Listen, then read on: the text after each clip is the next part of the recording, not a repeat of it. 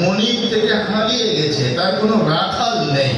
এরকম অরক্ষিত ছাগলের পালের উপরে দুটো নেকড়ে বাঘ যতটা ক্ষতিকারক নয়, তার চাইতে বেশি ক্ষতিকারক হচ্ছে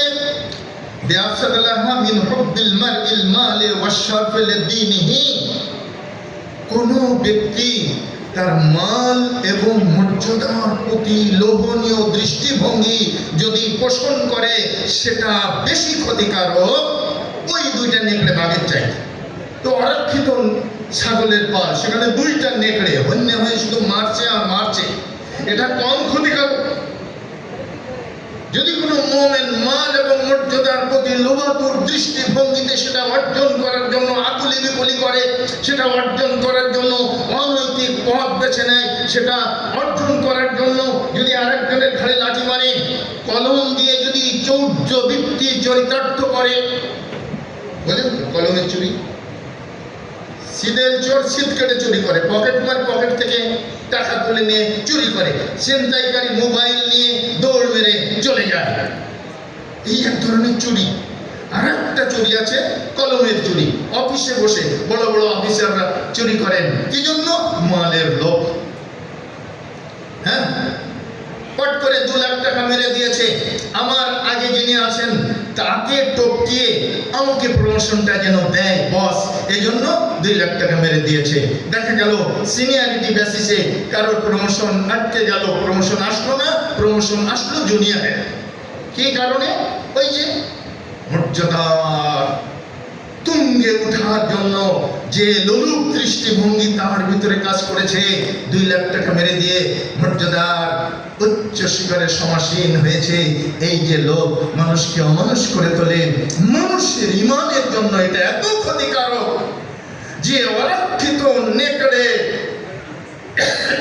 অরক্ষিত ছাগলের পালের উপরে নেকড়ে বাঘ যতটা ক্ষতিকারক, তার চাইতে এই লোভাতুর দৃষ্টিভঙ্গি ক্ষতিকারক মালের প্রতি এবং মর্যাদা।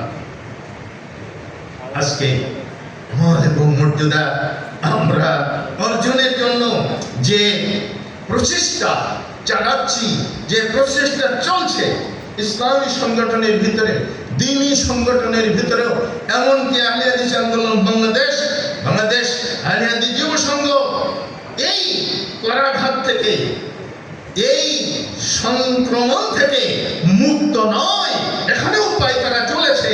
যে কারণে আমাদের অনেক বন্ধু আজকে এই মঞ্চে, যাদের সুদর্শন চেহারা সুশোভিত হওয়ার কথা ছিল, তারা আজকে অনুপস্থিত।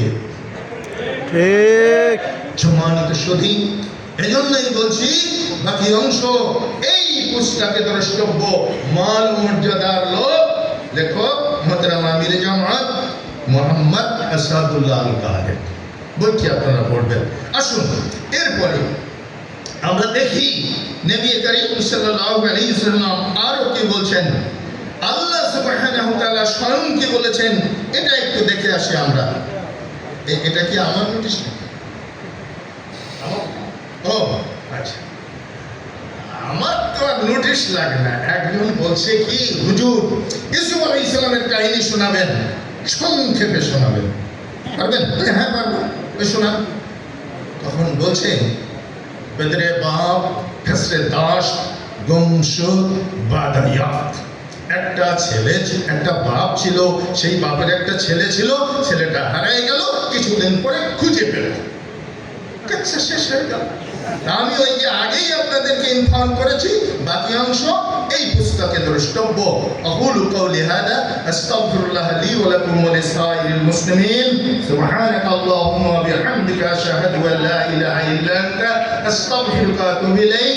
আসসালামু আলাইকুম ওয়া রাহমাতুল্লাহি ওয়া বারাকাতুহু।